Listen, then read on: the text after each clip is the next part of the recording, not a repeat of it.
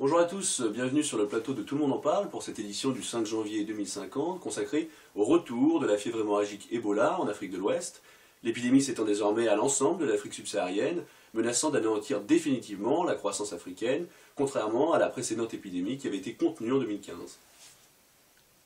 La situation géopolitique étant radicalement différente de celle de 2014, nous avons interrogé différents acteurs de poids de la communauté diplomatique internationale afin de mieux comprendre l'aide apportée et les diverses réactions.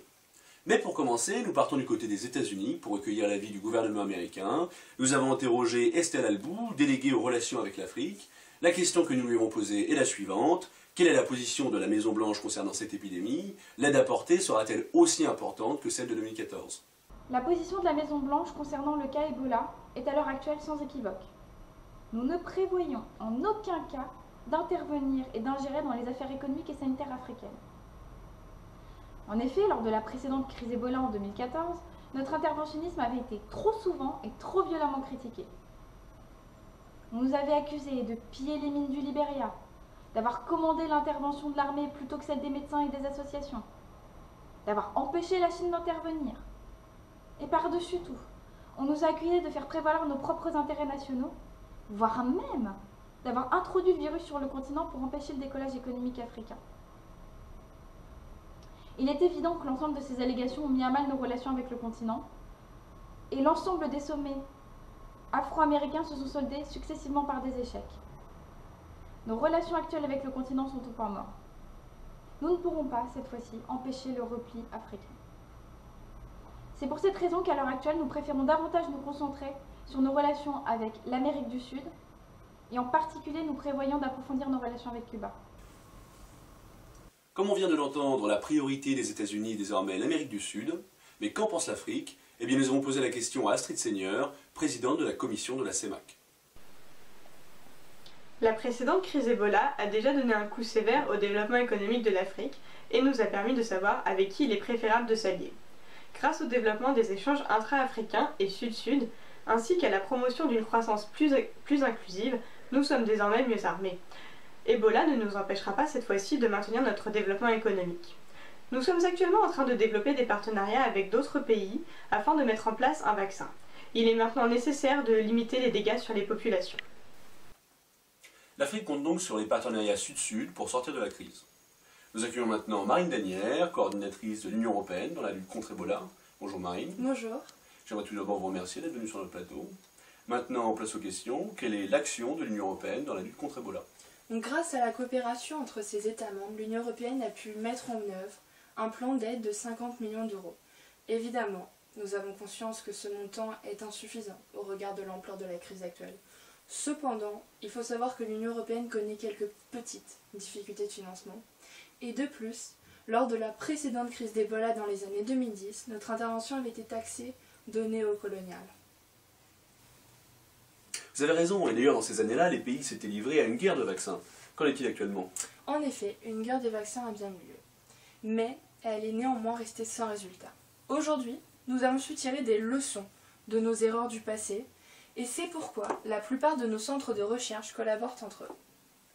Nous avons même pris l'initiative d'ouvrir un centre de recherche spécialement dédié à Ebola en Inde, et nous espérons obtenir un vaccin d'ici 1 à 2 ans. Une dernière question, quelles sont les conséquences pour l'Union européenne de ce fort rapprochement entre l'Afrique et les BRICS? C'est une très bonne question, Monsieur Saint-Martin, à laquelle il est encore un peu tôt pour répondre. Effectivement, les relations entre les BRICS et le continent africain semblent de plus en plus solides. Les cartes du jeu des relations internationales ont été considérablement redistribuées avec la crise Ebola. L'Afrique d'aujourd'hui n'est plus l'Afrique d'il y a 35 ans. Eh bien écoutez, merci beaucoup d'être venu sur notre plateau pour répondre à nos questions, Madame Danière. Et c'est sur cette phrase que se termine notre entretien. Pour finir, nous avons interrogé la présidente de la Banque des BRICS afin de connaître les modalités de son plan d'action pour lutter contre le virus. Africa हमारे लिए एक खास और ज़रूरी पार्टनर है। जब मैं हम कहती हूँ मतलब ब्रिक्स मेंबर मतलब इंडियन कॉन्टिनेंट जो आज का फर्स्ट पावर है दुनिया का। सेकेंड वन रशिया है जिसने 2014 में एबोला के लिए के अगेंस्ट लड़ने के लिए हमें उन्होंने टीके मतलब प्रोवाइड करे थे. Third is Brazil, China and South Africa. L'Afrique est un partenaire privilégié de grande importance pour nous. Et quand je dis nous, je parle du continent indien, première puissance mondiale, la Russie qui a fourni un vaccin en 2014 pour lutter contre le virus Ebola, le Brésil et la Chine. हमें बहुत चिंता है आज की सिचुएशन देखकर. जैसे हमने 2014 में किया था, हम आज भी फाइनेंशियल हेल्प करने के लिए तैयार हैं. सिवाय इसके कि इस बार हम ब्रिक्स बैंक के सपोर्ट के साथ काफ़ी कुछ कर सकते हैं. हमारे पास आज बहुत फंड्स हैं जो हम यूज़ कर सकते हैं एबोला के अगेंस्ट फाइट करने के लिए. एक और बात बताना चाहती हूँ, हमारे देश आज बहुत आगे बढ़ चुके हैं इनोवेशन के मामले में. तो हम चाहते हैं कि एक रिसर्च प्रोग्राम लॉन्च हो जिसके ज़रिए हम एक टीका बना सकें जो एबोला के अगेंस्ट लड़ सके, और हम फुली उसको सपोर्ट करेंगे. La situation actuellement elle est vraiment préoccupante et comme nous l'avons fait en 2014, nous sommes prêts à fournir une aide financière. Sauf que cette fois-ci, la Banque des BRICS est devenue un bailleur de fonds incontournable et elle a suffisamment de fonds pour lutter efficacement contre le choc sanitaire.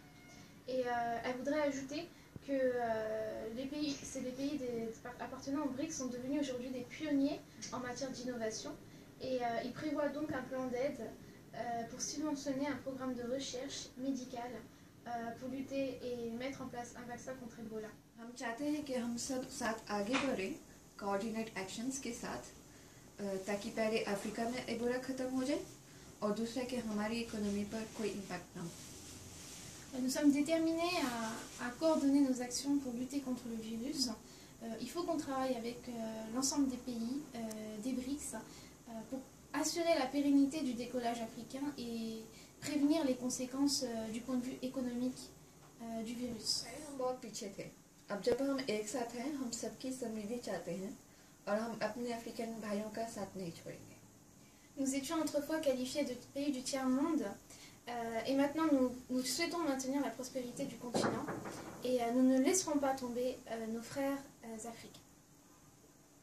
Merci. Dhanyavad. Les BRICS confirment donc leur rapprochement étroit avec l'Afrique.